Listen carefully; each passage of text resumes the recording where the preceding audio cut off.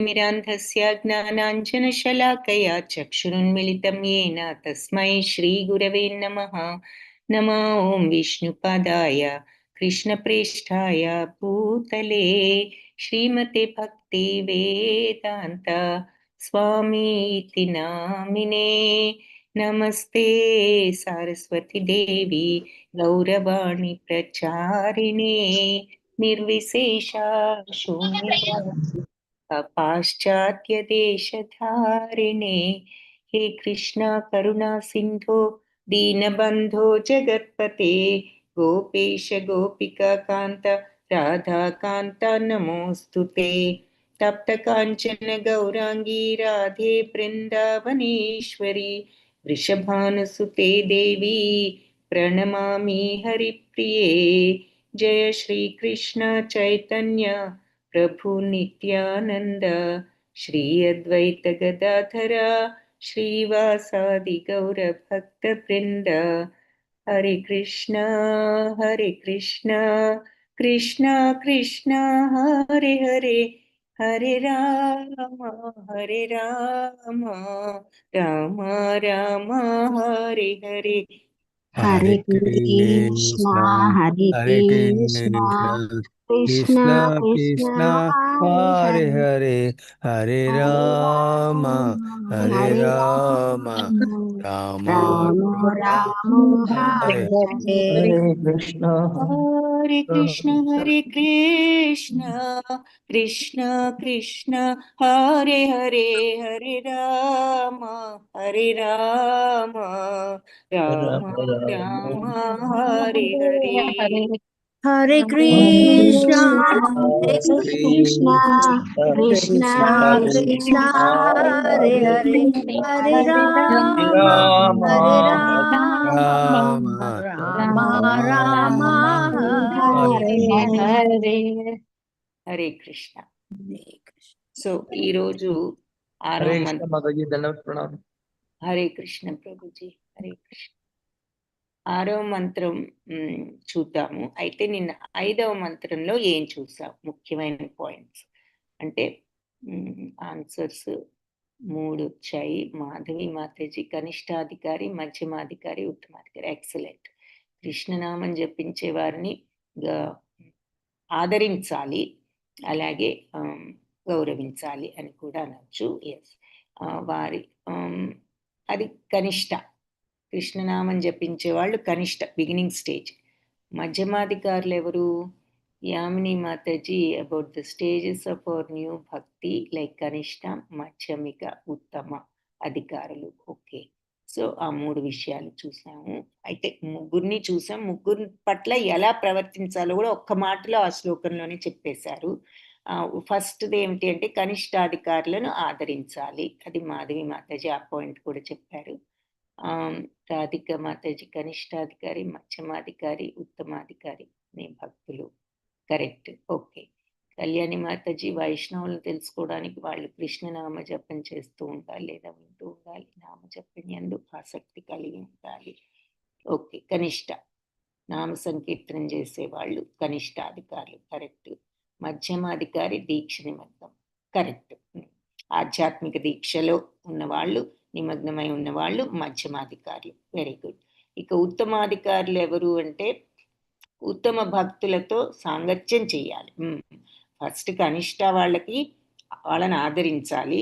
మధ్యమాధికారులు ఎవరు అంటే దీక్షలో ఉన్న వాళ్ళు, వాళ్ళకి ప్రణామాలు అర్పించాలి, అంటే గౌరవించాలి. ఆ తర్వాత ఉత్తమాధికారులను వాళ్ళతో ఏం చేయాలి అంటే సాంగత్యం, సత్సంగం చేయాలి. Very good. శ్రీరామ్ గిరిజా మాతాజీ చెప్పారు. వాళ్ళకి వినయపూర్వక సేవ చేయాలి. కనిష్టాధికారులుగా మొదలై ఉత్తమాధికారిగా అవ్వడానికి ప్రయత్నం చేయాలి. ఎక్సలెంట్. Very good. ఎవరు ఈ ఉత్తమాధికారులు అనేది ఎలా తెలుసుకుంటాం? వాళ్ళ లక్షణాలు అంటే అనన్య భక్తి. కళ్యాణి మాతాజీ చెప్పారు, అది కూడా వెరీ గుడ్. ఉత్తమాధికారి అంటే అనన్య భక్తిలో ఉన్నవారు. తర్వాత మంజుల మాతాజీ భక్తుని యొక్క లక్షణాలు చెప్పా ఉంటున్నారు. సో ఈ 3 విషయాలు చెప్పా. ఎవరి భక్తులు, వాళ్ళ లక్షణాలు ఏమిటి, కనిష్టాధికారి వాళ్ళ పట్ల మనం ఎలా ఉండాలి. 3 పాయింట్స్. కనిష్టాధికారి లక్షణం భగవన్నామం జపించడం, వాళ్ళ పట్ల మనం ఎలా ఉండాలి, ఆదరం చూపాలి. నెంబర్ 2 మధ్యమాధికారి, ఎవరు దీక్షలో ఉన్నవాళ్ళు, వాళ్ళ పట్ల మనం ఎలా ప్రవర్తించాలి, వాళ్ళని గౌరవించాలి, ప్రణామాలు అర్పించాలి. నెంబర్ 3 ఉత్తమాధికారులు, ఎవరు ఎప్పుడూ భగవంతుడి యొక్క ధ్యానంలో నిమగ్నమై ఆ భగవంతుడికి సంబంధించిన కార్యాలు అందరికీ కూడా ఈ భక్తి తత్పరతను పెంపొందించడానికి కృషి చేసేటటువంటి వాళ్ళు ఉత్తమాధికారులు. ఆ తర్వాత వాళ్ళ యొక్క సాంగత్యం కోసం మనం ప్రయత్నించాలి అని చెప్పారు. ఇంకొక పాయింట్ ఏం చెప్పారు అక్కడ, వాళ్ళ స్వభావాన్ని గురించి ఏం చూసాము, ఎప్పుడూ భక్తిలోని ఉంటూ ఇంకొక పాయింట్ చెప్పారు. ఎవరైనా చెప్పగలరా పాయింట్ ఏమిటో? అది కూడా వెరీ ఇంపార్టెంట్ పాయింట్. వారికి పరదూషణ ఇష్టం ఉండదు. Very good, correct. పరదూషణ ఇష్టం, పరనింద అనేది చేయని వాళ్ళు అటువంటివి ఏమి కూడా ఎదుటి వాళ్ళ లోపాలు అవి చూస్తూ ఉండకుండా వాటి గురించి ఆలోచించని వాళ్ళు అని చెప్పి భావన స్థితిలోనే ఉంటారు. Very good, correct. సో శమధమాదులు పాటిస్తూ ఉంటారు. వాళ్ళ యొక్క ప్రవర్తన ఇప్పుడు వినయంతో, శుచితో, కల్మషం లేని దాంతో, శుద్ధితో ఉంటారు. దమం అంటే ఇంద్రియ నిగ్రహంతో ఉంటారు. వాక్ తపస్సు సత్యం, హితం, ప్రియంగా మాట్లాడతారు. Very good. అంటే శ్లోకంలో చెప్పిన ఎగ్జాక్ట్ పాయింట్ ఏమిటి అంటే అది అనన్య భక్తిలో నిందాది శూన్య హృద్, అంటే ఎవరిని నిందించటం ఇటువంటివి లేని వాళ్ళు అన్నమాట. సో నిందాది శూన్య హృద్ అంటే నింద మొదలైన అన్యులని నిందించని వాళ్ళు, అన్య నిందాది శూన్య అంటే వేరే వాళ్ళను నిందించని వాళ్ళు, అటువంటి ప్రవర్తన లేని వాళ్ళు, అటువంటి స్వభావం లేని వాళ్ళు. అది ఇక్కడ శ్లోకంలో మనకు స్పెసిఫిక్గా చెప్పిన పాయింట్. దానిని మనం ఈ విధంగా రకరకాలుగా అనలైజ్ చేసుకోవచ్చు, బట్ మెయిన్ పాయింట్ అది.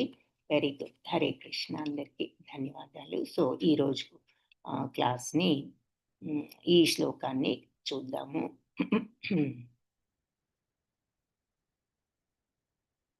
ప్రశ్నలు ఏమైనా ఉంటే లాస్ట్లో చూద్దాము. హరే కృష్ణ.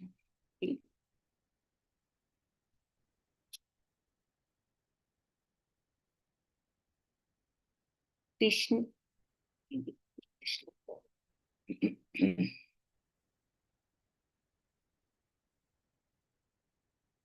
6th శ్లోకాలో ఏం చెప్పారు అంటే, దృష్టై స్వభావజనితైర్వపుషశ్చ దోషైర్ న ప్రాకృతత్వమిహ భక్తజనస్య పశ్యేత్ గంగాంబసాం న ఖలు బుద్భుతఫేన పంకైర్ బ్రహ్మద్రవత్వమపగచ్చతి నీరధర్మై.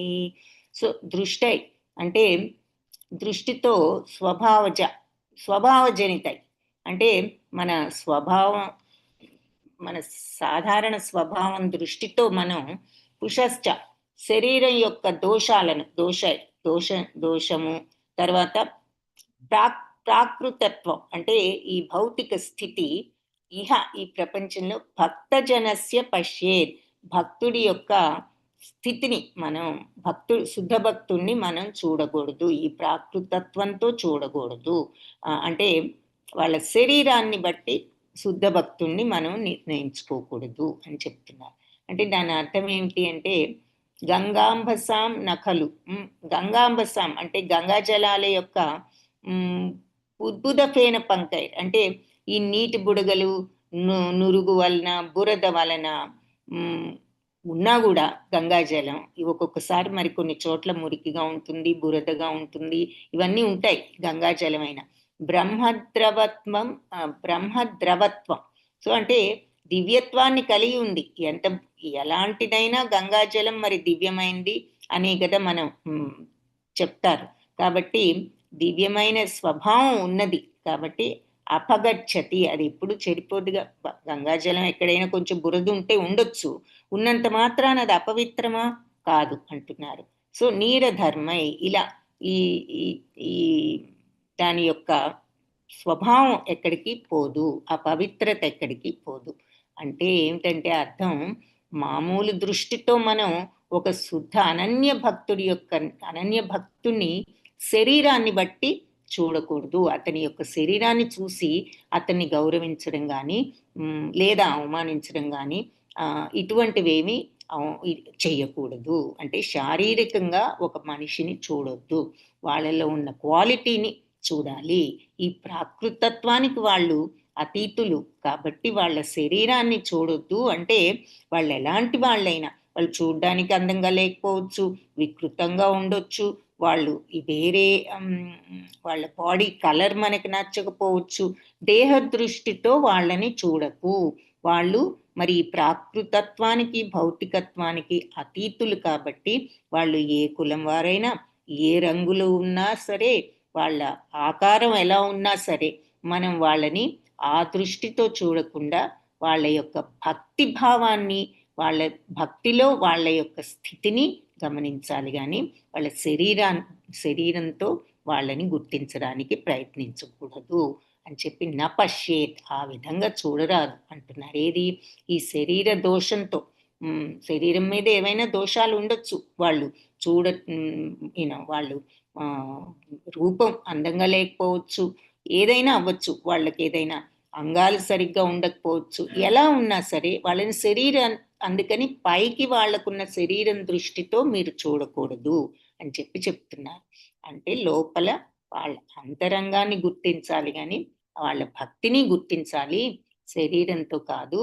ఎందుకు అంటే ఎగ్జాంపుల్ ఏం చెప్పారు? గంగాజలం బురద ఉన్నా ఏదున్నా సరే పవిత్రమైనదే కదా. అలాగే వీళ్ళ శరీరము, పై ఆకారం, శరీరం ఎలా ఉన్నా కూడా వాళ్ళ అంతరంగం మాత్రం భక్తి తత్పరతతో నిండి ఉన్నది కాబట్టి వాళ్ళని ఈ బయట ఆకారంతో గుర్తించడానికి ప్రయత్నించకండి అంటూ మనకి ఇక్కడ మీనింగ్ లో కూడా శ్లోకంలో ఎగ్జాంపుల్స్ ఇచ్చిన ఎగ్జాంపుల్ ఏమిటి అంటే గంగాజలం బురదగా ఉన్నా కూడా పవిత్రమే కదా. మరి శుద్ధ భక్తులు మనం గంగాజలం ఎలా ఉన్నా కూడా వెళ్ళి స్నానం చేస్తాం. గంగలో స్నానం చేయాలంటే ఇదేదో శుభ్రంగా లేదని ఊరుకోం కదా. మరి వెళ్ళాము, అక్కడ గంగా నది స్నానం పవిత్రం కాబట్టి చేస్తాం. అలాగే ఈ శుద్ధ భక్తులు దేహంలో వాళ్ళకి ఏదైనా ఉండొచ్చు లోపాలు, కానీ ఆ లోపాలను కాదు మనం చూసేది. ఆ లక్షణాలు కనిపించినా వాళ్ళ దేహం ఎప్పుడు కూడా కలుషితం కాదు అని చెప్పి ఇక్కడ మీనింగ్ లో ఇంకొంచెం వివరణ చెప్తున్నారనమాట. ఎందుకంటే శుద్ధ భక్తుల్ని భౌతిక శరీరంతో చూడకూడదు. వాళ్ళ శరీరంలో ఏదైనా దోషం ఉన్నా కూడా ఆ స్థితిని మనం చూడవలసింది ఆ స్థితి కాదు, వాళ్ళలో ఉన్నటువంటి ఆ శక్తిని, ఆ భక్తి తత్పరతను మనం గమనించాలి అంటున్నారు. కాబట్టి ఈ వాళ్ళ దేహంలో ఎన్నో లోపాలు కనిపించవచ్చు, లోపాల్లాగా ఈ లక్షణాలు కనిపించినా కూడా వాళ్ళ దేహము కలుషితం కాదు. ఎందుకు అంటే మరి గంగాజలం కూడా ఎలా వర్షాకాలంలో మరి కొన్నిసార్లు బుడగలతో, నురుగుతో, బురదతో ఉంటుంది మరి వర్షాలు అవి పడ్డప్పుడు, అయినా కూడా గంగాజలం ఎప్పుడు కలుషితం కాదు. అదే విధంగా భక్తుడి యొక్క శరీరం ఎలా ఉన్నా అతని మనసు మాత్రం ఎప్పుడు కూడా ఆధ్యాత్మికమే. కాబట్టి మరి మనం వెళ్ళి ఆధ్యాత్మికత ఉన్నవాళ్ళు, భక్తి ఉన్నవాళ్ళు గంగా ఎలా ఉన్నా కూడా ఎలా అయితే స్నానం చేస్తారో, ఈ భక్తులు శరీరం ఎలా ఉన్నా మనం దాని మీద కాకుండా దృష్టి వాళ్ళ భక్తి తత్పరత మీదే దృష్టి ఉంచాలి అని ఈ శ్లోకంలో చెప్తున్నారు. సో భక్తుడైన వాళ్ళని వాళ్ళ ఆకారాలను బట్టి మీరు కాదు చూసేది. సో అంటే ఆత్మ, మరి మనం అందరిలోనూ పరమాత్మను చూడాలనేది భగవద్గీతలో కూడా చూసాం కదా, పండిత సమదర్శిన అని. సో విద్యా వినయ సంపన్నే బ్రాహ్మణే గవి హస్తిని అన్న శ్లోకంలో మరి బ్రాహ్మణునైనా, గవి గోవునైనా, హస్తిని ఏనుగునైనా, శుని చైవ స్వపాకే కుక్కనైనా, మరి ఎవరినైనా సరే పండిత సమదర్శన, పండితుడు అనేవాడంటే వివేకవంతుడు, సమంగా చూస్తాడు. సో ఆ పాయింట్ ని మనం ఇక్కడ చూస్తున్నాం అన్నమాట.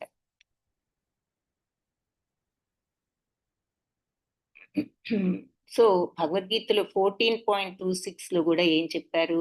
మాంచయో అవ్యభిచారేణ భక్తి యోగేన సేవతే సగుణాన్ సమతీత్యైతాన్ బ్రహ్మభూయాయ కల్పతే. ఇంపార్టెంట్ శ్లోక కదా. లాస్ట్ లో ఏం చెప్తారు? ఎవరైతే విచలన లేకుండా ఈ భక్తి యోగంలో 3 గుణాలకు కూడా అతిక్రమించిన వాడు బ్రహ్మభూయ స్థితికి, అంటే బ్రహ్మాన్ని ఎరిగిన స్థితికి వస్తాడు, బ్రహ్మభావాన్ని పొందుతాడు. ఎవరు? అన్ని సమయాల్లో నిశ్చలంగా భక్తిలో నిమగ్నమై ఉన్నవాడు. సో ఏ సమయంలో అయినా, ఎవరి పట్లైనా నిశ్చల భక్తిలో, ఎలాంటి సమయంలో అయినా నిశ్చల భక్తిలో నిమగ్నమై ఉండేవాడు శీఘ్రమే ఈ ప్రకృతి త్రిగుణాలను అతిక్రమించి బ్రహ్మభావ స్థితిని పొందుతారు అని చెప్తున్నారు. సో అవ్యభిచారిణి భక్తి అంటే అనన్య భక్తి అని అర్థం అన్నమాట. అంటే ఎటు విచలనం లేనటువంటి భక్తి. సో ఇటువంటి భక్తిలో ఉన్నవాడు మరి స్వార్థం అనే దాని నుంచి విముక్తులే. స్వార్థం ఎప్పుడు వస్తుంది? కోరికలు ఉన్నప్పుడు వస్తూ ఉంటుంది. కాబట్టి ఆ స్టేజ్ దాటాలని ముందుగానే చెప్పుకుంటున్నా. దేనికైనా కోరికలను తగ్గించుకుంటూ రావాలి, ఆ స్వార్థ భావం నుంచి విముక్తుడవ్వాలి. ఎందుకంటే అందరి హితం కోసం ప్రయత్నించేవాడు అంటూ శుద్ధ భక్తులు, అందరి ఆనందంలో రతిని పొందేవాడు అంటే ఆనందాన్ని పొందేవాడు, రమించేవాడు. ఎవరు? అవతల వాళ్ళ ఆనందంలో రమించేవాళ్ళు. మరి దురదృష్టవశాత్తు ఈ రోజుల్లో ఎలా ఉంటున్నాం అంటే అవతల వాళ్ళు ఆనందిస్తే మనం దుఃఖిస్తున్నాం, ఈర్ష్యగా ఉంటుంది. కాబట్టి అది కాకుండా కరెక్ట్ ఆపోజిట్ స్టేజ్ లో ఉన్నాం అన్నమాట. అందుకని అలా కాకుండా అవతల వాళ్ళు ఆనందంలో మనం ఆనందించేటట్లుగా ఈ స్వార్థ భావం నుంచి విముక్తులై మరి భగవంతుడి భక్తిలో ఉండడానికి ప్రయత్నించాలి. మరి ఈ భౌతిక భోగ లక్ష్యాలతో ఉంటే మరి అది భౌతిక మెటీరియల్ కాన్షియస్నెస్ అవుతుంది అంటున్నారు, భౌతిక చైతన్యం. మరి భక్తి మార్గంలో, భగవత్ ప్రేమలో, భగవత్ సేవలో మనం ఉన్నట్లయితే అది కృష్ణ చైతన్యం అవుతుంది అని చెప్తూ ఇక్కడ జ్ఞాన కర్మాద్యనావృతం అని చెప్పేసి అంటే వేరే కోరికలు లేకుండా అన్యాభిలాషిత శూన్యం అంటే ఈ స్వార్థపూరితమైన కోరికలు ఎక్కువగా లేకుండా జ్ఞాన కర్మాద్యనావృతం, జ్ఞానము కర్మ అని మన మనస్సుకు దేహానికి అతీతమైన ఈ అనన్య భక్తి సేవే నిజమైన శుద్ధ భక్తి అంటున్నారనమాట. అంటే జ్ఞానం అంటే ఇక్కడ అర్థం ఏమిటి అంటే మనం మనసుతో ఈ లౌకిక జ్ఞానం, అది ఇది తెలుసుకున్న, అది కావాలి ఇది కావాలి అనుకోవడం కర్మ. కర్మ అంటే ఇక్కడ ఏమిటంటే కామ్య కర్మ అంటున్నారు. ఎందుకంటే వీటితో మనం ఆవహింపబడి ఉన్నాం. ఈ లౌకిక విషయాలు తెలుసుకోవడము, లౌకిక కోరికలు తీర్చుకోవడానికి చేసేటటువంటి కర్మలు చేయడంతో, తద్వారా మనం ఇటువంటివి కాకుండా వీటికి అతీతమైన భక్తి ఉండటమే శుద్ధ భక్తి అంటున్నారనమాట. సో జ్ఞాన కర్మాలతో నిండిపోయిన మనం, ఇలా ఆవహింపబడి ఉన్న మనం శుద్ధ భక్తి మార్గంలోకి వెళ్ళాలి. సో ఆ భక్తే ఆత్మకు నిజమైన కర్మ ఏమిటి అంటే ఇవన్నీ కాదు, ఆ భక్తే నిజమైన కర్మ. సో ఎవరైనా సరే ఇలా కల్మషం లేని భక్తితో మనం ఉన్నప్పుడు ఇదివరకే ముక్తిని పొందినట్లు అర్థం. సగుణాన్ సమతీతైత్యాన్ అంటే ఈ బ్రహ్మ భావాన్ని ఈ 3 గుణాలకు అతీతంగా వెళ్ళగలిగినప్పుడు. మరి సత్వ రజస్ తమో గుణ, సరే తమో గుణం రజోగుణంకి అతీతంగా వెళ్ళాలన్నది మనకి మామూలుగా తెలిసిన విషయమేననుకోండి. మనం పాటించగలిగినా పాటించలేకపోయినా కనీసం మనం పాటించాలి అన్న విషయమైనా మనకు తెలుసు. సత్వగుణాన్ని ఎందుకు అధిగమించాలి అంటే మరి మనం చదువుకున్నాం కదా, అక్కడ కూడా నేను మంచి మార్గంలో ఉన్నాను అనేటటువంటి స్వల్ప అహంకారం ఇంకా ఉన్నది కాబట్టి, అది నా బాధ్యత అనే నమ్రత ఇంకా రాలేదు కాబట్టి, నా బాధ్యత, నేను ఇందులో ఇది నార్మల్, నేను ఈ రకంగా ఉండాలని సహజంగా ఆ మంచి గుణంలో ఉన్నప్పుడు అది సత్వగుణం. నేను మంచి మార్గంలో ఉన్నాను, నేను ఇలా చక్కగా రోజు జపం చేసుకుంటున్నాను, పూజలు చేస్తున్నాను, ఏదో దానాలు చేస్తున్నాను, ఇవన్నీ చేస్తున్నాను అని మనకి ఎక్కడో ఆ స్వల్ప అహంకారం ఉన్నప్పుడు ఇంకా శుద్ధ సత్వంలోకి రాలేదన్నమాట. అది అక్కడ డిఫరెన్స్. అందుకే సుఖం చేత బంధింపబడతారు అని చెప్తారు. అంటే సుఖం అంటే నేను మంచి మార్గంలో ఉన్నాను అని అనుకుంటూ మనం కంఫర్టబుల్ గా ఫీల్ అవ్వడం, అది అంటే ఎక్కడో స్వల్పంగా అహంకారం ఉందన్నమాట. సో అది కూడా లేకుండా మనమేదో గొప్ప అనుకోకుండా ఇది నార్మల్ గా నేను చేయవలసిన పని, అసలు ఇలా ఉండాలి, this is my nature as a human being, ఇది నా డ్యూటీ అనే భావంతో న్యాచురల్ గా ఆ స్వభావాన్ని ఉన్నప్పుడు అది శుద్ధ భక్తుడి యొక్క స్టేజ్ అని చెప్తున్నారు. సో ఈ దేహ లక్షణాలన్నీ బద్దాలనుకున్నా మరి భగవంతుడి యొక్క శ్రీకృష్ణుని భక్తుడు భౌతిక స్థితికి బద్ధుడు కాదు. అందుకని ఈ శుద్ధ భక్తుడిని ఎవరు కూడా ఈ భౌతిక దృష్టితో చూడకూడదు. మరి శ్లోకం అదే గారు చెప్పారు, ఇలాంటి శుద్ధ భక్తుడిని శారీరక దృష్టితో భౌతిక దృష్టితో చూడకూడదు. మరి తను నిజంగా భక్తుడైనప్పుడే ఇంకొక భక్తుని కూడా మనం సమగ్రంగా గుర్తించగలుగుతాం అంటున్నారు ఇక్కడ. ఇంతకుముందు మరి మనం కనిష్టాధికారి ఇవన్నీ చూసాం కదా, ఆ 3 రకాలు. కనిష్టాధికారి మరి వివేకంతో ఎవరు భక్తుడు కాడో ఇంకా గ్రహించలేడు, ఇంకా బిగినింగ్ స్టేజ్లో ఉన్నాడు. ఎంతసేపు ఇక మరి ఏదో కొంచెం పూజలు చేయడం మందిరంలో ఇందులోనే ఆసక్తుడై ఉంటాడు. మధ్యమాధికారి మరి భక్తులకు అభక్తులకు మరి భక్తుడికి భగవంతుడికి ఉండే డిఫరెన్స్ని గ్రహించగలుగుతాడు మధ్యమాధికారి, ఎందుకంటే ఇంకా దీక్షలో నిమగ్నమై ఉన్నాడు కాబట్టి. కానీ కాబట్టి అతడు మరి భగవంతుణ్ణి భక్తుడు కాని వాడిని రకరకాలుగా ప్రత్యేకంగా గౌరవిస్తాడు. అంటే ఎవరికి ఇచ్చే రెస్పెక్ట్ వాళ్ళకి ఇస్తాడు. అతనికి భగవంతుడికి భక్తుడికి ఉన్న డిఫరెన్స్ తెలుసు, భక్తుడు కానివాడికి మధ్య డిఫరెన్స్ తెలుసు. కానీ ఎవరిని కూడా అగౌరవపరచడు, ఎవరికి ఇవ్వాల్సిన రెస్పెక్ట్ని గౌరవాన్ని వాళ్లకు ఇస్తాడు అలా అని చెప్తున్నారు. కాబట్టి ఈ భక్తుడి యొక్క దేహ లోపాలని మనం విమర్శించకూడదు. అలాంటి లోపాలు ఉన్నా మనం దాన్ని లెక్క చేయకూడదు.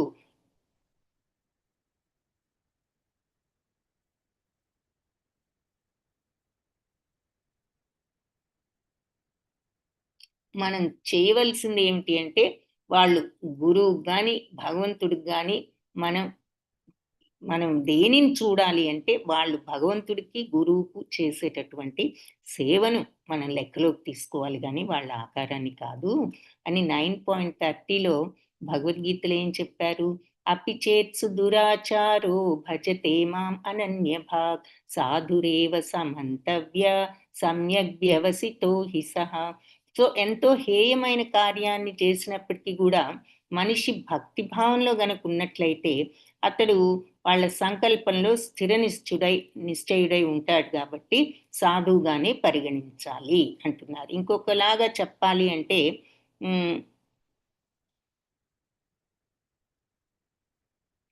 భక్తుని సాధారణ వ్యక్తిగా భావించరాదు అని చెప్తున్నారు. సో అతిహేయమైన కార్యాన్ని అనుసరించినప్పటికీ మనిషి భక్తిలో గనక నెలకొంటే గనక స్థిర నిశ్చయంతో ఆ మార్గంలోనే ఉంటే సాధువుగానే లెక్క. అదేమిటి మరి చెడ్డ పనులన్నీ చేసిన వాళ్ళని ఎలాగుంటే చేశారు, కానీ వాళ్ళు మారిపోయారు, ఇలా శుద్ధ భక్తులు అయిపోయారు. అప్పుడు మనం వాళ్ళని ఇది వరకు వీళ్ళు ఈ పనులు చేశారు ఆ పనులు చేశారని అగౌరవపరచకూడదు. ఎందుకంటే మార్పు వచ్చింది, భక్తులుగా మారిపోయారు కాబట్టి. మనం ఎప్పుడు భగవద్గీత క్లాసెస్లో ఏం చెప్పుకుంటాము? ఉదాహరణకి దీనికి వాల్మీకి మహాముని, మరి ఆయన కూడా దారులు కొట్టడం, దొంగలించడం ఇవన్నీ చేసినప్పుడే కదా మరి నారద మహాముని వచ్చి ఆయనకి బోధన చేసిన తర్వాత రామనామంతో ఆయన ఏ విధంగా పావనుడయ్యాడో మనకు తెలిసిన విషయమే. కాబట్టి అదొక మంచి ఎగ్జాంపుల్, అది తీసుకోవచ్చు. సో అంటే సెకండ్ ఛాన్స్ ప్రతి ఒక్కళ్ళకి ఉంటుంది, భగవంతుడు ఇచ్చారు. మనం గనక రుజువు చేసుకోగలిగితే ఆ ఛాన్స్ తీసుకుని ఒక తప్పులు చేసిన అందుకే పశ్చాత్తాపడి ఆ తర్వాత సన్మార్గంలో భక్తి మార్గంలో స్థిరపడితే, అందుకే ఇక్కడ ఆ సంకల్పంతో స్థిర నిశ్చయులై ఉన్నప్పుడు సాధువుగానే, మళ్ళీ ఏదో మారిపోతామని ఆ స్థిరత్వం కూడా ఉండాలి. మార్పు వచ్చిన తర్వాత ఇక ఆ మార్గంలో సెట్ అయిపోవాలి. అప్పుడు భక్తుడిగా, అప్పుడు మనం వాళ్ళని సాధువులుగానే పరిగణించాలి. అంటే బ్రాహ్మణుడు, శుద్ధ భక్తుడు లేదా గోస్వామి కుటుంబంలో వాళ్ళు పుట్టకపోయినా ఎవరైనా భగవంతుడి సేవలో వాళ్ళు భక్తుడిగా అవ్వాలి అంటే వాళ్ళని నిరాకరించకూడదు. అంటే పుట్టుకతో ఎవరికి అర్హత రాదు. వాళ్ళు ఎంత తక్కువ కుటుంబంలో పుట్టినా, నిజానికి గోస్వాముల కుటుంబాలు భౌతిక బాహ్య కారణాలపై కానీ, వర్ణంపై కానీ, వంశపరంపర పైన కానీ ఆధారపడి ఉండవు. గోస్వాములు అంటే ఇంద్రియాలను జయించిన ఆ శుద్ధ భక్తులు. వాళ్ళు ఏదో గొప్ప కుటుంబంలో పుట్టారు, ధనవంతుల ఇంట్లో అని కానీ, లేదా వీళ్ళు ఏదో గొప్ప పైకి ఎంతో ఆధ్యాత్మికంగా కనపడే ఫ్యామిలీ అని కానీ, లేదా మంచి వంశము లేదా పుట్టుక వాళ్ళ యొక్క వంశాన్ని బట్టి కానీ ఉండవు. గోస్వాములు అంటే గోస్వామి అనే బిరుదు శుద్ధ భక్తులకే ఉంటుంది. వాళ్ళే అర్హులు ఆ గురువుకు, వాళ్ళు ఆ పేరుకు. సో వాళ్ళు ఏ కులంలో అయినా పుట్టొచ్చు, వాళ్ళు ఎంత తక్కువ ఫ్యామిలీలో అయినా పుట్టొచ్చు, కానీ వాళ్ళకి అర్హత ఏమిటి అంటే భక్తి, ఆ శుద్ధ భక్తే వాళ్ళకు అన్నిటినీ మించిన అర్హత అన్నమాట. అందుకనే ఇప్పుడు రూప గోస్వామి, సనాతన గోస్వామి వీళ్ళందరినీ ఎగ్జాంపుల్స్గా చెప్తూ ఉంటాము అని ప్రభుపాద్ అంటున్నారు. ఎందుకు? ముస్లిం ప్రభుత్వాన్ని సేవించడం వల్ల డబీర్ ఖాన్ అని సాకార మల్లిక్గా పిలువబడుతున్నారనమాట. అసలు రూప గోస్వామి వాళ్ళు ఆయన బ్రాహ్మణ కుటుంబంలో పుట్టినా కూడా, హిందువు అయినా కూడా, ఆయన ముస్లిం మతస్థులకు మరి ఆ రోజుల్లో గవర్నమెంట్ ప్రభుత్వం అంతా ముస్లిమ్స్ మనల్ని భారతదేశాన్ని పాలించిన రోజులు కాబట్టి ఆ ప్రభుత్వంలో పనిచేశారు కాబట్టి వాళ్ళ పేర్లు కూడా మార్చుతూ ఉండేవారు. వాళ్ళు డబీర్ ఖాన్ అని, సాకార మల్లిక్ అని ఉండేవి. ఈ రూప గోస్వామి పేరు డబీర్ ఖాన్ అని, సనాతన గోస్వామి పేరు సాకార మల్లిక. సో వాళ్ళని మరి ఈ చైతన్య మహాప్రభు అలా ముస్లిం మతస్థులతో పేరు మార్చుకుని అక్కడ ఉద్యోగం చేసే వాళ్లను ఈయన గోస్వాములుగా మార్చేశారు. అందుకని గోస్వామి అనే బిరుదు వంశపరంపరమేమి కాదు. ఆ పదం ఇంద్రియాలు ఎవరైతే కంట్రోల్ చేసుకోగలరో, సెన్సెస్ ని కంట్రోల్ చేసుకున్న వాళ్ళు అనే అర్థాన్ని సూచిస్తుందని ఇదివరకే మనం చెప్పుకున్నాం కదా. సో భక్తుడు అనేవాడు ఇలా ఇంద్రియాలను కంట్రోల్ చేసుకోవాలి, కానీ ఇంద్రియాల వలన కంట్రోల్ చేయబడకూడదు. అంటే మనం వాటికి లొంగిపోవడం కాదు, ఇంద్రియాలనే మనం వశం చేసుకోవాలి అని చెప్తున్నారు. కాబట్టి ఆ గోస్వాముల కుటుంబంలో జన్మించకపోయినా కూడా ఇలా ఇంద్రియాలను వశపరుచుకున్న వాళ్ళని, ఇంద్రియాలని సెన్స్ కంట్రోల్ ఉన్న వాళ్ళని మనం స్వామి అని కానీ గోస్వామి అని కానీ పిలవాలి అని చెప్తున్నారు. సో ఈ సిద్ధాంతాన్ని అనుసరించి నిత్యానంద ప్రభు ఏమిటి, అద్వైత ప్రభువులు, వీళ్ళ వంశాల వాళ్ళు కూడా తప్పకుండా భక్తులే అంటున్నారు. ఎందుకంటే వాళ్ళంతటి భక్తులు కాబట్టి. అలా అని చెప్పేసి ఇతర కుటుంబాల నుంచి వచ్చే భక్తులను భక్తులంతా వేరు అని చెప్పి మనం డిఫరెన్స్ చూపించకూడదు. భక్తులు ఎవరైనా సరే ఒకటి, వీళ్ళ ఫ్యామిలీ నుంచి వచ్చారని వాళ్ళని మాత్రమే ప్రత్యేకంగా చూస్తూ వేరే భక్తుల్ని మనం వేరుగా చూడకూడదు అంటున్నారనమాట. సో ఇదివరకు భక్తుల ఫ్యామిలీ నుంచి వచ్చిన, మామూలు ఫ్యామిలీ నుంచి వచ్చిన, ఎక్కడి నుంచి వచ్చినా భక్తుల మధ్యలో డిఫరెన్స్ లేదు. వాళ్ళ స్టేజ్కి వచ్చారు అంటే ఏ ఫ్యామిలీ నుంచి వచ్చినా వాళ్ళని మనం ఒకే రకంగా, ఒకే రెస్పెక్ట్ చూడాలి. ఇతడు అమెరికన్ గోస్వామి, ఇతడు నిత్యానంద వంశంలో ఉన్న గోస్వామి, అలాగే ఇలా మనం ఈ భావాలను ఇలాంటి భావాలతో ఉండకూడదు. సో అమెరికన్ వైష్ణవులకి ఇచ్చే గోస్వామి బిరుదు విషయంలో కొంతమందికి వ్యతిరేక భావం కూడా ఉంటుంది. ఎందుకంటే మరి వాళ్ళ అమెరికన్స్ మనకు తెలిసినంత తెలుసా ఏమిటి అనే భావం ఉండొచ్చు కొంతమందికి. కాబట్టి అకారణంగా అమెరికన్ భక్తుల సన్యాసం కానీ గోస్వామి బిరుదు కానీ వాళ్ళకి తగదు, అంత ప్రామాణిక, వాళ్ళ యొక్క బిరుదు అంత వాల్యూ లేదు వాళ్ళ బిరుదుకు అని అనుకుంటూ ఉంటారు. ఎందుకంటే వాళ్ళకి మనంత నాలెడ్జ్ లేదు అని ఆ రకంగా చెప్తూ ఉంటారు. అది కరెక్ట్ కాదు. కాబట్టి ఈ శ్లోకంలో రూప గోస్వామి వాక్యాన్ని అనుసరించి అమెరికన్ గోస్వామి అయినా, ఆచార్యుల వంశాల్లో పుట్టిన గోస్వామి అయినా ఏ విధమైన భేదము లేదు. కాబట్టి శారీరకంగా, బాహ్యంగా వాళ్ళను మనం జడ్జ్ చేయకూడదు కదా. వీళ్ళిలాంటి వాళ్ళు, అలాంటి వాళ్ళని మన ఓన్ నిర్ణయాలు, జడ్జిమెంట్లు పాస్ చేయకూడదు. వాళ్ళు ఎలాంటి ఫ్యామిలీ నుంచి వచ్చినా, ఎక్కడి నుంచి వచ్చినా మెయిన్ క్వాలిఫికేషన్, అర్హత ఏమిటి అంటే వాళ్ళ భక్తి అని చెప్తున్నారు. సో ఇంకొక వైపు నుంచి లైక్ గోస్వామి అనే బిరుదు పొందిన వాళ్ళు బ్రాహ్మణుడైన తండ్రి లేక నిత్యానంద అద్వైత మహాప్రభు వాళ్ళ కుటుంబానికి చెందిన గోస్వామికి పుట్టకపోయినా, అక్కడ జన్మించకపోయినా గోస్వామి అయినందుకు గర్వం అనేది ఉండకూడదు. సో భౌతికంగా ఎప్పుడైతే ఈ గర్వం అనేది వస్తుందో మనం వెంటనే పతనం అయిపోతాం. ఈ గర్వము, ఈర్ష్య, అసూయలు ఇవన్నీ కూడా మరి పతనానికి కారణాలు. కాబట్టి అది ఉండకూడదు అని చెప్తున్నారు. సో ఆధ్యాత్మికత అంటే ఈర్ష్య అసూయలకు చోటు లేదు. కాబట్టి మనం ఆధ్యాత్మిక పురోగతి సాధించాలి అంటే ముందు ఈ ఈర్ష్య, అసూయ ఇటువంటి కామక్రోధ లోభము మదమాత్సర్యాలను వదులుకోవాలి. ఈ ఉద్యమం మరి ఈర్ష్య అసూయల నుండి విముక్తులైన పరమహంసల కోసమే ఉద్దేశించబడిందని పరమో నిర్మత్సరాణం అనేటటువంటి భాగవతంలో 1.1.2లో నిర్మత్సరాణం అంటే మత్సరం లేనటువంటి స్థితి అని చెప్పారు భాగవతంలో కూడా. సో అది భక్తి భావం అని చెప్పేసి, కాబట్టి ఆ స్థితి తెచ్చుకోవాలి. మత్సరాలు లేని స్థితికి వెళ్ళాలి అంటే మరి ఈర్ష్యలు అసూయలు లేకుండా ఉండగలగాలి. సో గోస్వాముల కుటుంబంలో జన్మించిన, ఆ బిరుదు పొందిన, ఇవన్నీ ఉన్న ఎవరైనా ఈర్ష్య అసూయలకు గురి కాకూడదు. అది గురి అయ్యారు అంటే వాళ్ళ పరమహంస స్థితి నుంచి పడిపోతారు, పతితులవుతారు అని చెప్తున్నారు. సో అది ఇంపార్టెంట్ పాయింట్. జలసీలు, ఈర్ష్యలు, అసూయలు లేకుండా ఉండటం. కాబట్టి ఒక వైష్ణవుడి దేహంలో మన లోపాలన్నీ పరిగణించామంటే ఆ వైష్ణవుడి పాదాలకు మనం అపరాధం చేస్తున్నామని గమనించాలి. అంటే మరి అవతల వాళ్ళలో లోపాలు చూడకుండా ఉంటారని మనం ఉత్తమాధికారుల గురించి చెప్పుకున్నాం కదా. అలా కాకుండా మనం వాళ్ళ లోపాలని, వీళ్ళు ఇలా ఉన్నారే, వాళ్ళు అలా చేస్తున్నారే, వాళ్ళు ఈ రకంగా ప్రవర్తించారే అని మనం ఒకటే వాళ్ళ తప్పుల్ని గనక వెతుకుతూ ఉంటే అది వాళ్ళ పాదాలకు మనం అపరాధం చేస్తున్నట్లే. కాబట్టి వైష్ణవ పాదాపరాధం చాలా ఘోరం అంటున్నారు. కాబట్టి చైతన్య మహాప్రభు ఏమన్నారు, ఇలాంటి అపరాధాన్ని హతిమాత ఉన్మత్త గజాపరాధంగా వర్ణించారనమాట. ఉన్మత్త గజాపరాధం అంటే ఏమిటి? గజం అంటే ఏనుగు కదా. ఉన్మత్త గజం అంటే కొంచెం మదించిన ఏనుగు. అది మరి ఒక అందంగా ఒక ఉద్యానవనం ఉన్నది, ఒక తోట, ఒక గార్డెన్ ఉన్నది.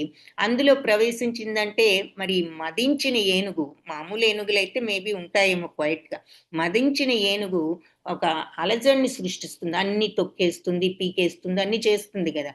అలా అందుకని వైష్ణవుడి పట్ల ఎవ్వరూ కూడా ఎలాంటి అపరాధాన్ని చేయకుండా జాగ్రత్త వహించాలి. సో అలాంటి ఉన్మాద స్వభావాన్ని మానుకోవాలి. ఏది? వాళ్ళ తప్పుల్ని వెతకాలి అని. ఎందుకంటే దాన్ని దేంతో పోల్చారంటే మదించిన ఏనుగు గనక ఒక అందమైన ఉద్యానవనాన్ని ఎలా పాడు చేస్తుందో, మనకు గనక ఇటువంటి థాట్స్ వస్తే ఆ వైష్ణవుల మీద మనం అంతటి అపరాధాన్ని, మరి శుద్ధ భక్తుణ్ణి అనుకున్నందుకు అందమైన ఉద్యానవనం ఈ ఏనుగు ఎలా పాడు చేస్తుందో, మనం శుద్ధ భక్తుణ్ణి ఈ రకంగా చెడు భావంతో చూసి లోపాలు వెతికితే మనకి అలాగే ఈ అపరాధాలన్నీ కూడా వస్తాయి అంటున్నారనమాట.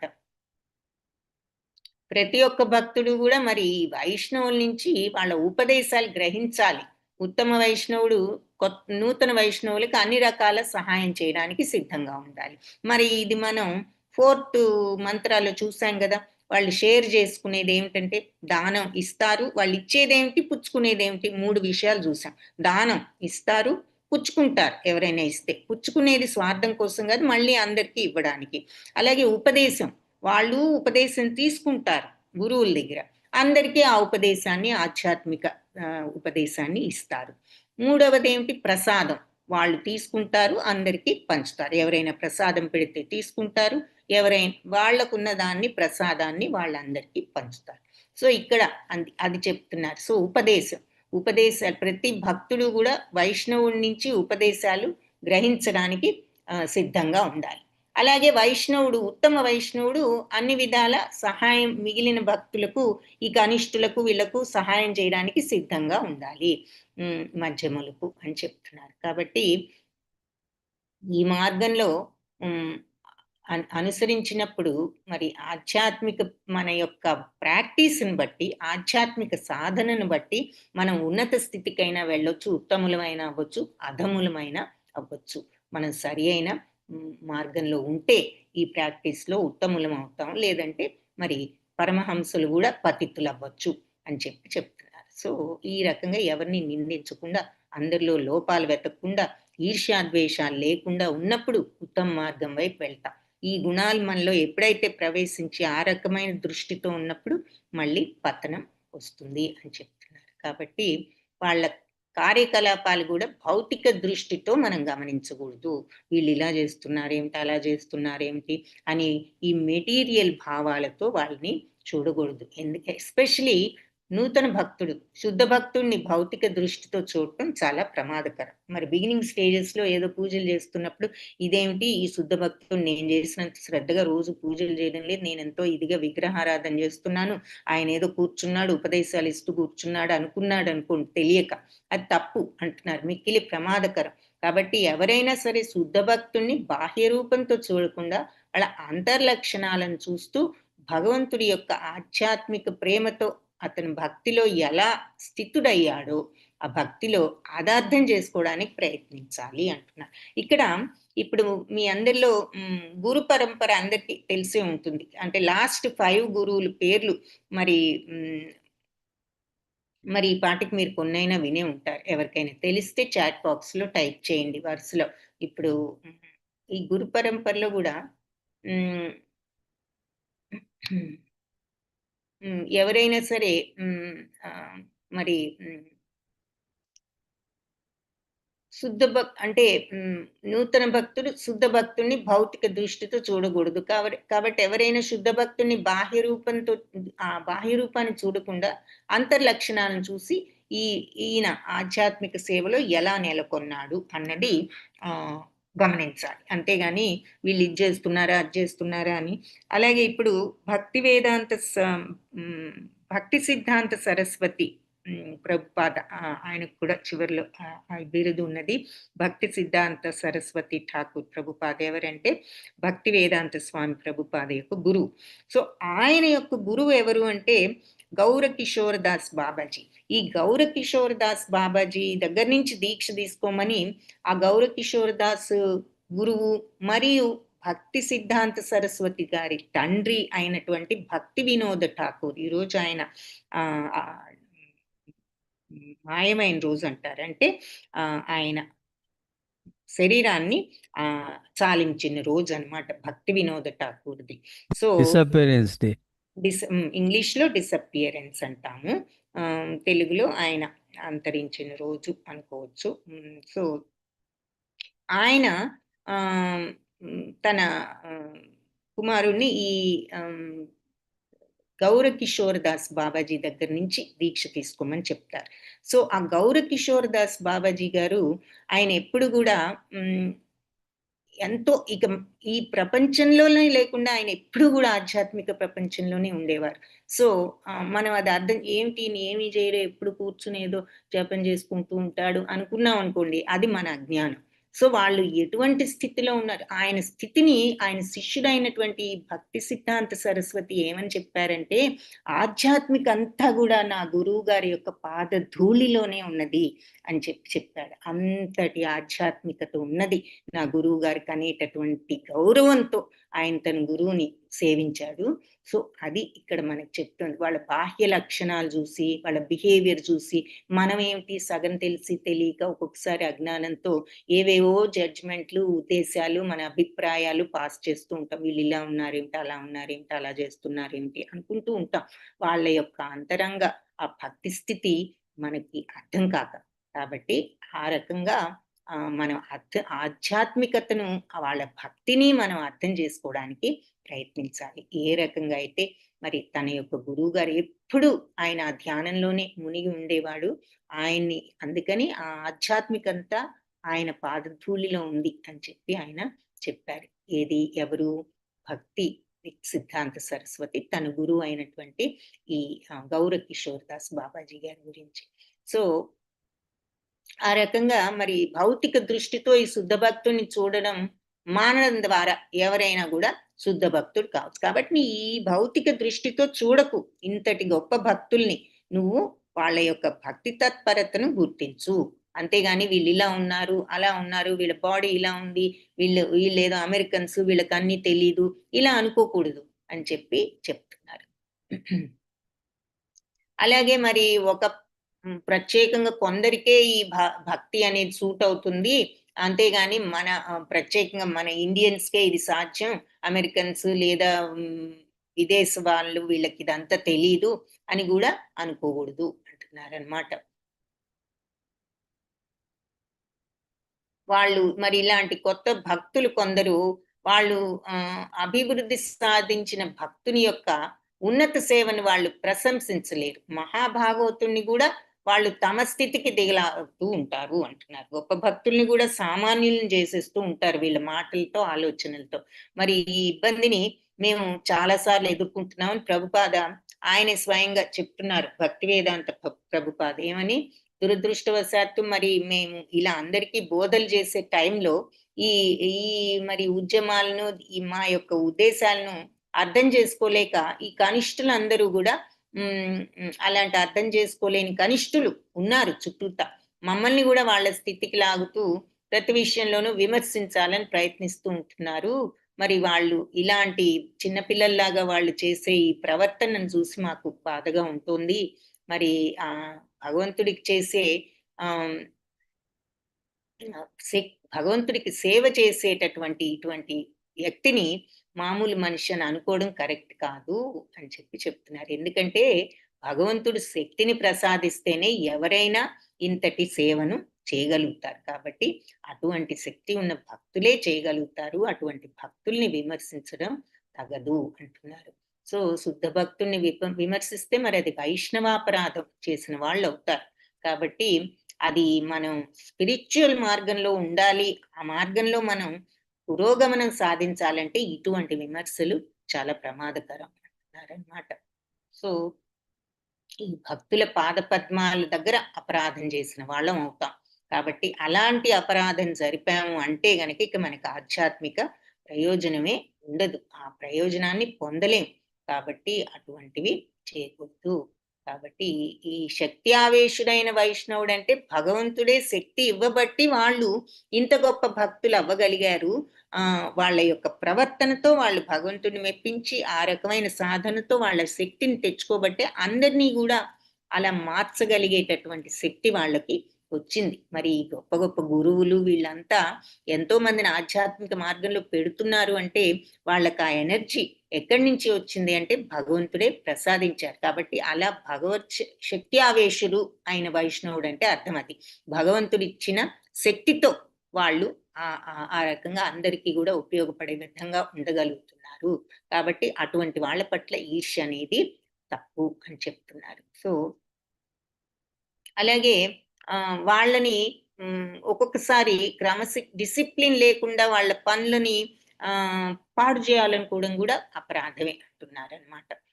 అలాగే ఇప్పుడు మనం శిష్యుడిగా వెళ్ళి వాళ్ళని ఆదేశించాలని చూడటం, వాళ్ళని సరిదిద్దాలని చూడటం అది కూడా అపరాధమే అంటున్నారు. సో ఇప్పుడు ఈ కనిష్ట వైష్ణవుడు ఎవరైనా ఉన్నారనుకోండి, వాళ్ళు ఉన్నత వైష్ణవుడు ఎవరో వాళ్ళ కార్యకలాపాల ద్వారా మనం వాళ్ళ మధ్య గల భేదాన్ని గుర్తించవచ్చు. వాళ్ళు బిహేవియర్ని బట్టి మనం తెలుసుకోవచ్చు ఒక్కొక్కసారి ఎవరు బిగినరు, ఎవరు ఉన్నత స్టేజ్ లో ఉన్నారు అనేది. మరి ఆ బిగినర్స్ ఇలాంటివి విమర్శలు అవి కూడా ఒక్కొక్కసారి చేయవచ్చు. వాళ్ళు పూజలు అవి చేసుకుంటున్నా, కానీ ఉన్నత స్థితిలో ఉన్నప్పుడు అటువంటివి ఉండవు. సో ప్రగతి సాధించిన వైష్ణవుడు ఎప్పుడు కూడా ఆధ్యాత్మిక ఆచార్యుడి స్థితిలోనే ఉంటాడు. సో నిజంగా నువ్వు అంతటి భక్తుడు ఎలా ఉంటాడంటే ఎప్పుడు కూడా ఆధ్యాత్మిక ఆచార్యుడు గురువు యొక్క స్థానంలోనే ఉంటాడు. కానీ అతను ఈ శిష్యులు ఏదైనా చెప్పినా తప్పు మార్గంలోకి దించాలని చూసినా దిగరు. వాళ్ళు ఎప్పుడు గురువులుగానే ఉంటారు అని చెప్తున్నారు. కనిష్ట భక్తుడేమో ఎప్పుడు అతనికి శిష్యుడిగానే భావించబడతాడు. మరి బిగినింగ్ స్టేజెస్ లో ఉన్నవాడు ఎప్పుడు కూడా ఈ ఉత్తమాధికారికి శిష్యుడే. ఆధ్యాత్మిక ఆచార్యుడి శిష్యుడు ఉపదేశానికి ఎప్పుడు కూడా గురి కాకూడదు. సో ఈ గురువు స్టేజ్ కు వచ్చిన తర్వాత ఏదైనా ఈ శిష్యుడు అలాగాదు ఇలా చేయాలి, ఇలాగాదు అలా చేయాలి అని తెలిసి తెలియని జ్ఞానంతో చెప్పినప్పుడు ఆ శిష్యుడు మాటను అతను ఫాలో అవ్వకూడదు. ఎందుకంటే అసలైన మార్గం ఏదో నిజంగా తెలిసిన వ్యక్తి కాబట్టి. అలాంటి వాడు కాదు, ఇలా శిష్యుడు చెప్పినట్లు వింటున్నారు అంటే వాళ్ళకి నిజమైన ఆధ్యాత్మిక జ్ఞానం లేదని అనుకోవాలి. కాబట్టి శిష్యుడు ఉపదేశానికి గురువు ఎప్పుడు కూడా గురి కాకూడదు అంటున్నాడు. అంతేకాకుండా శిష్యులు కాని వాళ్ళ ఆదేశాలను కూడా ఆధ్యాత్మిక ఆచార్యుడు పాటించవలసిన అవసరం లేదు. శిష్యులు కాని వాళ్ళు కూడా వచ్చి ఏదైనా చెప్పొచ్చు.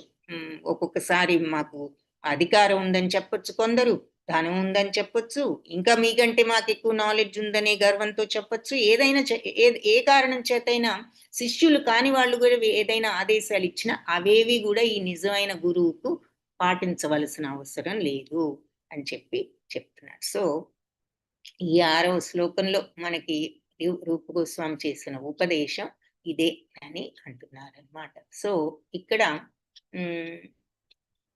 మళ్ళీ ఒకసారి మన శ్లోకాన్ని చూస్తే, అందుకని బాహ్య స్థితిలో మనం భక్తుడిని ఎప్పుడు ప్రాకృతిక స్థితిలో శరీర దోషాలు ఇవన్నీ చూడకూడదు. అతన్ని భౌతికత్వంతో చూడకూడదు, శరీర దోషాలతో చూడకూడదు. ఎందుకు? గంగానది మరి వర్షాకాలంలో ఎంత మురికిగా ఉన్నా, బురదతో ఉన్నా మనం వెళ్ళినప్పుడు స్నానం చేయకుండా ఉండవు. ఎందుకు అంటే దాని పవిత్రత ఎక్కడికి పోదు కాబట్టి. అలాగే వీళ్ళ బాహ్యాకారాలు ఎలా ఉన్నా కూడా మనం వాళ్ళ యొక్క అంతరంగ భక్తి తత్పరతను చూసి గౌరవిస్తాం కానీ వాళ్ళ ఆకారాలని కానీ, వాళ్ళు ఎక్కడి నుంచి వచ్చారు, ఏ కుటుంబం వాళ్ళు, వాళ్ళ ఆకారం ఎలా ఉంది, వాళ్ళు అందంగా ఉన్నారా, వాళ్ళ శరీర ఛాయ ఏమిటి, ఇటువంటివన్నీ మనం గమనించడం కరెక్ట్ కాదు అని చెప్పి చెప్తున్నారు. అది ఈ 6వ శ్లోకం. సో ప్రశ్నలు ఏమైనా ఉంటే మరి చెప్పండి. అటెండెన్స్ పనిచేయడం లేదు అని చెప్పి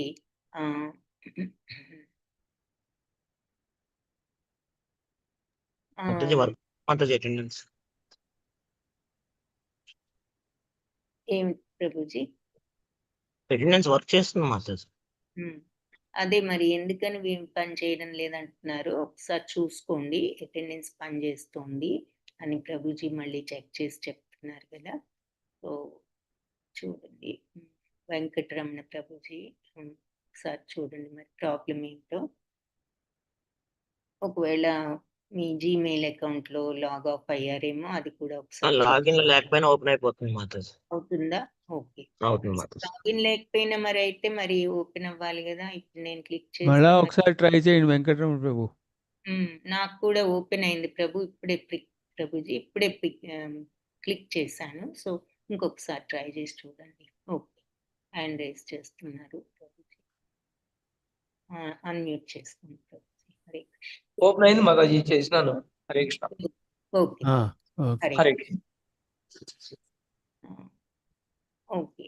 సో ఇంగ్లీష్లో డిసపియరెన్స్ అంటాము, అది తెలుగులో చెప్పాలి కరెక్ట్గా అంటే మరి డిసపియర్ అంటే మాయమవడం, మాయమవడం అంటే అది ఆయన అంతరించిన రోజు అని చెప్పుకోవచ్చు. భక్తి వినోద్ ఠాకూర్.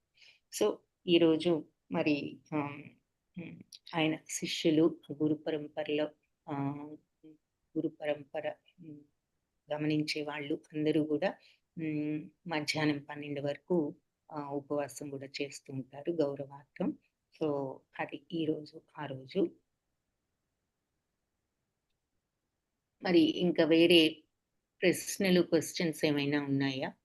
క్విజ్ అందరికీ కనిపించిందా మరి? క్విజ్ నేను మళ్ళా పోస్ట్ చేశారు మాత. Okay okay.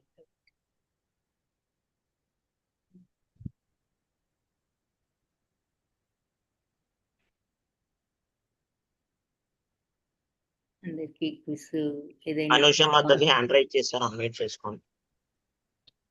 క్విజ్ క్వశ్చన్స్ ఏదైనా ఉంటే అంటే మీకు ఏదైనా ఓపెన్ అవ్వకపోయినా ఏదైనా క్లాస్లో అడగండి. లేదు అంటే శ్రీదేవి మాతాజీకి కానీ, అక్కడ మీకు క్విజ్లో కూడా ఒక అడ్రస్ ఇచ్చారు, ఇస్కాన్ నంతూర్ ఏదో నంబర్ ఉంది 4 ఏదో @gmail.com అని.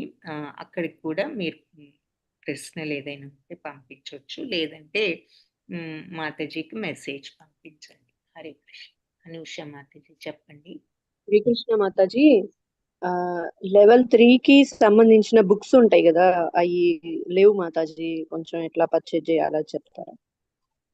అలాగే మాతాజీ, అవి బుక్ పర్చేజ్ లింక్ మాతాజీని అడిగి పెట్టమని చెప్తాను Mataji. Okay, thank you Mataji. Hare Krishna. Hare Krishna Mataji. నాకు ఇది క్విజ్ అది ఓపెన్ అవడం లేదు. నేను ఎంతవరకు చేశానో అంతవరకే, తర్వాత ఓపెన్ అవడం లేదు. నేను మళ్ళా ఇప్పుడు మళ్ళా కంప్లీట్ చేయకపోతే మళ్ళా రేపు ఇన్కంప్లీట్ అని వస్తుంది. డైలీ నేను చెక్ చేస్తున్నాను క్విజ్ ఓపెన్ చేయడానికి, నాకేం రావడం లేదు, ఓపెన్ అవడం లేదు. మీరు అసలు నిజానికి మీరు అన్ని చేసేసారు కూడా కదా, అయినా కూడా మీరు ఎందుకు ట్రై చేస్తున్నారంటే మీకు 100% కంప్లీట్ అని కనిపించలేదు కాబట్టి అవును ట్రై చేస్తున్నారు, అంతేనా మాతాజీ? అవును మాతాజీ. ఓకే. మీరు మీ స్క్రీన్ షాట్ ఒకటి తీసి అది మాతాజీకి పంపించండి మాతాజీ. పంపించితే నిన్న వాళ్ళు పంపించాను చెక్ మాతాజీ. చేస్తారు. నేను నిన్న పంపించాను. ఇంకా మీరు చాలా ఉన్నాయి క్విజ్లు అన్నారు. మరి ఉమ్, నేను దాదాపు 1 ఇయర్ నుంచి మోహన్ ప్రభుజీని అడిగితే ఆయనే చెప్తారు. భక్తి రసామృత సింధు ఇవన్నీ ఈ బుక్స్ అన్ని కూడా చదివాను ఆయన దగ్గర. ఉమ్. మరి ఇంకా ఏమేం క్విజ్లు ఫినిష్ చేయాలో మళ్ళా ఇంకో సంవత్సరం తర్వాత మళ్ళీ ఇన్కంప్లీట్ వస్తే మళ్ళా ఇంకో సంవత్సరం అంటారు. ఏందో మరి నాకేం అర్థం కాలేదు. సరే అని అంటే వదిలేసాను. నార్మల్ గా మీరు ఒకసారి తీసుకుంటే మాతాజీ అవి ఎక్కడికి పోవు. కాకపోతే మధ్యలో ఈ క్విజ్ సిస్టమ్ కి కొంచెం ప్రాబ్లం వచ్చింది. అప్పుడు కొంత డేటా లూజ్ అయ్యారు వాళ్ళు. సో మీరు తీసుకున్న క్విజ్లు కొన్నప్పుడు చాలా మంది చేసిన క్విజెస్ పోయాయి వాళ్ళకి. సో అందుకని వాళ్ళ సిస్టంలో చూస్తే ఇప్పుడు మీరు చేసినా కూడా అన్ని కనిపించి ఉండవు, ఎందుకంటే కొంత డేటా లూజ్ అయింది కాబట్టి. అందుకని వాళ్ళు మీరు అన్ని కంప్లీట్ చేయలేదని చెప్పారు. సో మీకున్న ప్రాబ్లం ఏంటంటే అయితే నేను కంప్లీట్ చేద్దామని చూస్తుంటే నాకు ఓపెన్ అవ్వడం లేదు అని చెప్పండి మాతాజీ. ఏం చెయ్యాలి, ఎలా ఓపెన్ చేయాలి, నేను మళ్ళీ చేయటానికి రెడీగా ఉన్నాను కానీ ఓపెన్ అవ్వడం లేదు అని చెప్పి చూడండి మాతాజీ. దానికి ఏం ఆన్సర్ శ్రీదేవి వస్తుంది? మాతాజీ దగ్గర నిన్న అన్ని స్క్రీన్ షాట్ చేసి పంపించి నేను అడిగిన తర్వాతే మాతాజీ అట్లా చెప్పారు. నేను మాట్లాడారు మాతాజీ దగ్గర. అది మీరు శాంతిసుధ మాతాజీకైనా కనుక్కోండి. మీ పేరు నాకు ఒకసారి మీ పేరు అది చాట్ నంబరు చాట్ బాక్స్ లో పెట్టండి మాతాజీ. ఒకసారి అలాగే మాతాజీ. మీ హరే మీ యూజర్ ఐడి పెట్టండి. క్విజ్ యూజర్ ఐడి ఉంది కదా, అది పెట్టండి, అది కూడా పెట్టండి. ఓకే మాతాజీ. ఓకే.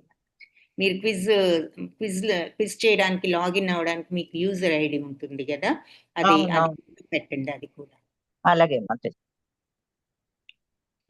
హరే కృష్ణ. ఇంకా వేరే ప్రశ్నలు ఏమైనా ఉన్నాయా?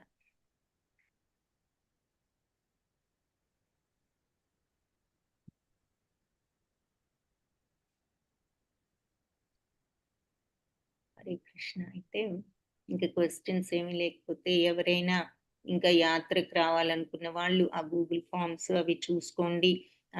మరి ఇప్పుడు తర్వాత సుధామ సేవ ఎవరైనా చేయగలను అనుకుంటే దానికి కూడా ఇన్ఫర్మేషన్ పెట్టారు. ఆ గూగుల్ ఫామ్ ఫిల్అప్ చేసి ఆ పేమెంట్ లింక్స్ కూడా పెట్టారు, అది కూడా చేసుకోవచ్చు.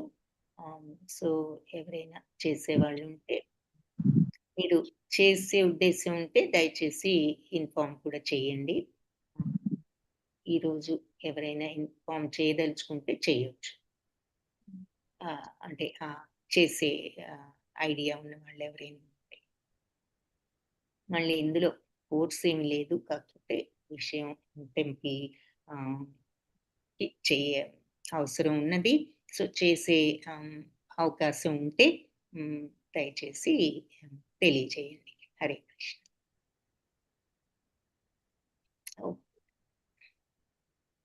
సో ఇక వేరే మాతాజీ మీరు చాట్ లో పెట్టారా? అయితే ఓకే, చూద్దాం.